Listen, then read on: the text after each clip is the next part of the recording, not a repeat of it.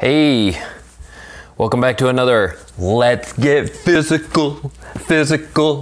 I wanna get physical. I guess I'm doing a Cabbage Patch kind of thing here. I mean, I'm in my 40s, so that is how I tend to dance. You know, there's that, and there's the... And then you gotta purse your lips because this takes a lot of concentration. All right, anyway, enough with the stupidity. That's not what you're here to see. You're not here to hear loud popping sounds when I drop the discs. What you're here for is more Dollar Tree finds. I'm telling you, that Dollar Tree weekend was a blast. I don't know how many I bought, but if you're watching the videos and counting them, you can let me know in the comments below because I didn't count. $1 a movie for me is something I don't think is too bad, even if it ends up being crap. Now, what I do tend to do, and tell me if you do this, will you watch something through even if it's crap halfway through? Even if you haven't had any entertainment, will you still finish the movie? Because I watched some movies and I really think I should have just stopped while I was, while I had only lost an hour of my life and not the whole hour and a half or 2 hours. And anyone else think movies go too long these days? I'd like to see shorter movies. I think they could tell the stories much more in compact. I think they try to make them all longer because everybody wants 2 hours when they go to a theater or something. At any rate, first one we're gonna start with here is San Andreas. That's right, San Andreas. This is The Rock. You might know him. You might have seen him in a movie or two. He's a new star, but they had this, and I remember this coming out of the theater. Not the kind of movie I go see. I don't go see big blockbuster films unless they're Marvel. Yeah, I know. But the Rock, San Andreas, I'm still interested in seeing it, and this is the kind of thing my son might like. He is 7, but he likes battles and destruction. He's at that age where violence rules his mind. And it's only PG-13, so there is strong language according to this, but in PG-13 usually they don't have, I think you're allowed 1 F-bomb in a PG-13 if I remember correctly from the movie Ready Player One. So, we tell him not allowed to repeat those. If he does repeat them, we take things away from him. So it's teaching his mind, hey, it's okay to hear it, but not to say it. And that's good. They can be trained. They can be taught. But yeah, San Andreas, it's about an earthquake in California. A 9+ earthquake. They won't even say it's a 10, but they'll say a 9+ earthquake. And it was in one of those crappy cases, DVD cases, so it got, punctured a little bit on the back, but I don't mind. Look how serious he is right there. Like, that is just serious. That is just, yeah, very stoic. Now we're gonna go over to Christian Slater. I don't know who Scott Adkins is. I probably do, but I don't recognize the name. But it's El Gringo. You gotta go gringo. You gotta roll that R like that. But El Gringo has Christian Slater in it. And Scott Adkins. But what is this about? I haven't looked, but let's see what the tagline says, because that's what we like here. Stealing was the easy part. I just like to try to figure out what the movie's about. I mean, it sounds like a heist, right? Oh, and he's very upset. He's waiting for us to do his. The tagline for San Andreas is, edge of your seat action at its best. See if there's any other taglines. Dwayne Johnson? I mean, maybe that's the tagline. But yeah, it's probably a heist kind of movie. I like those. I do like heists. I'm not saying that in a negative way. I just mean it's probably a heist. That's probably the category. All right. Next up, we got Devil's Gate. Devil's Gate. And what's the tagline for this one? You have no idea what you're dealing with. Not who. It's not when Reese Witherspoon got pulled over and said, "Don't you know who I am?" No, this is more of, you have no idea what you're dealing with. That's right. All right. But yeah, Devil's Gate. Who's in this? A bunch of people I've never heard of other than Peter Petrelli. That's right. Milo Ventimiglia from Heroes. Oh, here it comes. This is the big, not tagline. I keep saying tagline, but this is the big, splurge, or somebody tell me what to call it, but the fun comes in the details of the film's storytelling and set, seeding doubt in every shadow and glee in every shocking development. From somewhere called Paste. I gotta figure it's a British thing. So Amanda Schull is from 12 Monkeys. Milo is from This Is Us. Okay. Sean Ashmore from X-Men. All right. Yeah, the dude in the middle here. That's Iceman, right down there. Him. I'm sorry if it's too bright. I might need to turn down this brightness a little bit. Let's see who else is in this. Jonathan Frakes. Frakes. Oh, that's number two, number one. Number one, the helm, please. The Next Generation. Yeah, he's from Star Trek Next Generation. Where's he on the? He's not even on the cover, but he did make the back down here. He's down here. Let's see. See if I can get a good shot of him. Ah, not too bright. Anyway, not really worth it. Anyway, Devil's Gate looks like a blast. So we got next. Ah, here's another Scream release. If you're looking for Scream releases, when you go to Dollar Tree, and it's Elizabeth Harvest. It says stylish, unafraid of sex and violence in ways that reminded me more of those 70s, 80s auteurs than the ones working today. RogerEbert.com. Elizabeth Harvest. Okay, that's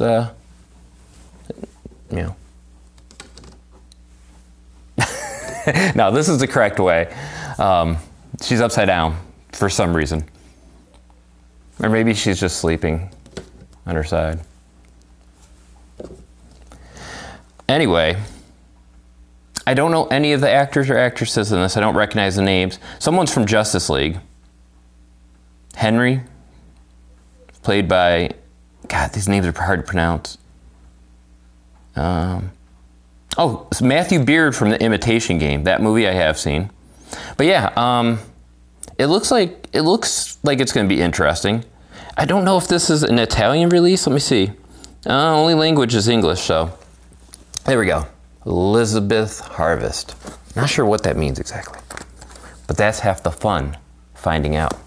All right, gotta get a little faster here. Now this has a big all-star cast, and it even tells me it has an all-star cast. If you see on the back there, I'm gonna actually leave it on the back there. Maybe you can read some of the names. All-star cast. Enough said, right? But what this is Guilty Hearts, and this has in it Eva Mendes, Gerard Butler, Kathy Bates, Anna Faris, and Charlie Sheen, and more. Does more need to be said? I think not. I think the cast speaks for itself. It says, follow the lives of 9 strangers living worlds apart as they look for love, happiness, success, and friendship against all odds. Carrying the burden of guilt, they must escape their pasts before they can move forward. Oh, that's deep. Whew. All right, that's deep. All right. And yeah, these are all Dollar Tree finds. It's a drama. It's a drama. That's what it says on back. You know, if you ever been to an Airbnb, that's good, but never go to a Scare B&B, because your worst nightmare is streaming live. That's right, Scare B&B. It's a cool cover. I like the cover on this one. I like the play on Airbnb. I do like that. Let's see. When a young girl books a room online, things soon turn sinister. Her brother investigates after she goes missing and finds that hidden cameras were nestled all around her rental property. He discovers a dark web network was streaming her every move on the internet. When his sister is found murdered, he knows he must avenge her death. So it almost sounds like Big Brother with one person. So there you go. All right, next up, we got a good cast here. Matthew McConaughey, Zac Efron, David, I'm gonna mess this up, Oyelowo. It's Oyellowo. My brain wants to say yellow, but it's Oyelowo. Macy Gray with John Cusack and Nicole Kidman. The Paperboy. I know nothing about this, but I like the cast. And according to the back, according to Vulture at least, it's instantly notorious. And according to The Atlantic, it's pulpy, sweaty, outrageously entertaining. Not like anything I've ever seen. So there you go. It's in the 1960s it takes place. So if you like movies about the 60s, you like the cast, gotta try to find that one, The Paperboy. All right, next up, Life. How many movies are there called Life? But Jake Gyllenhaal, Rebecca Ferguson, don't know her, sorry. I probably do know her, but I don't know the name off the top of my head. Ryan Reynolds, Life. And it's the white parts inside their pictures here spell life.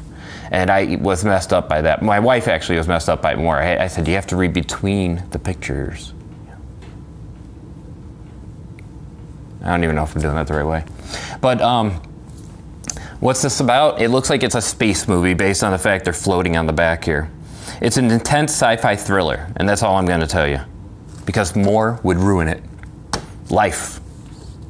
All right, next up, we got Blindsided. And why I picked this up, it's got Barry Sloane, Michelle Monaghan, who? Exactly. And Michael Keaton, Batman, Beetlejuice, Vulture. Blindsided, some secrets are better left unseen. And on the back it says, a shocking thriller from the writer of Lakeview Terrace and Obsessed. I think those are two different movies, but yeah, Michael Keaton. I like him as an actor. I think he's great. He's great in a variety of movies. Everything from Mr. Mom to the Vulture in Spider-Man Homecoming. Those are great. Beetlejuice, Batman. What is Remember Me? Is it Remember Me? I don't remember. I didn't try to do that. But dad jokes. He's great. In that one, he turns into a snowman. The guy's been in a lot of movies. And what's the one? The one where he's working as an automotive guy. God, I can't remember it right now. Leave a comment if you remember the name of that movie. Gung Ho. Never mind. Got it. Sorry. Leave a comment anyway if you knew the name of that movie. But there you go. We got three more. We got Playing for Keeps. Playing for Keeps is a romantic comedy that really delivers. Adam Pockross from Yahoo Movies. Is Yahoo Movies even around anymore? I think not. But Playing for Keeps. I mean, basically, I have read this already, but basically, a guy comes back he was a former soccer star. He returns to his home and he tries to put his life back together and tries to get back with his ex-wife. His ex-wife is Jessica Biel. I wouldn't have left my wife if my wife was Jessica Biel. You want to kick a ball around instead of being with Jessica Biel? Are you nuts? Some people, right? I don't get it. Uma Thurman's in it though. Gerard Butler, again. I know, I keep finding Gerard Butler movies. Catherine Zeta-Jones, and Dennis Quaid. All right. This is a BBC, and I'm pretty sure this is a mini-series because it's 360 minutes, and I don't think anyone made a 6-hour movie. But this is got. It looks like it's crazy, is what it looks like. But I like the name, The Living and the Dead, and it's a BBC series.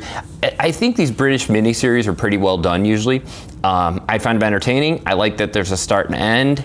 And hopefully it actually has an end. If it does, it usually is really good for me. I just don't like things that go on forever, you know, like some American shows do. But there you go.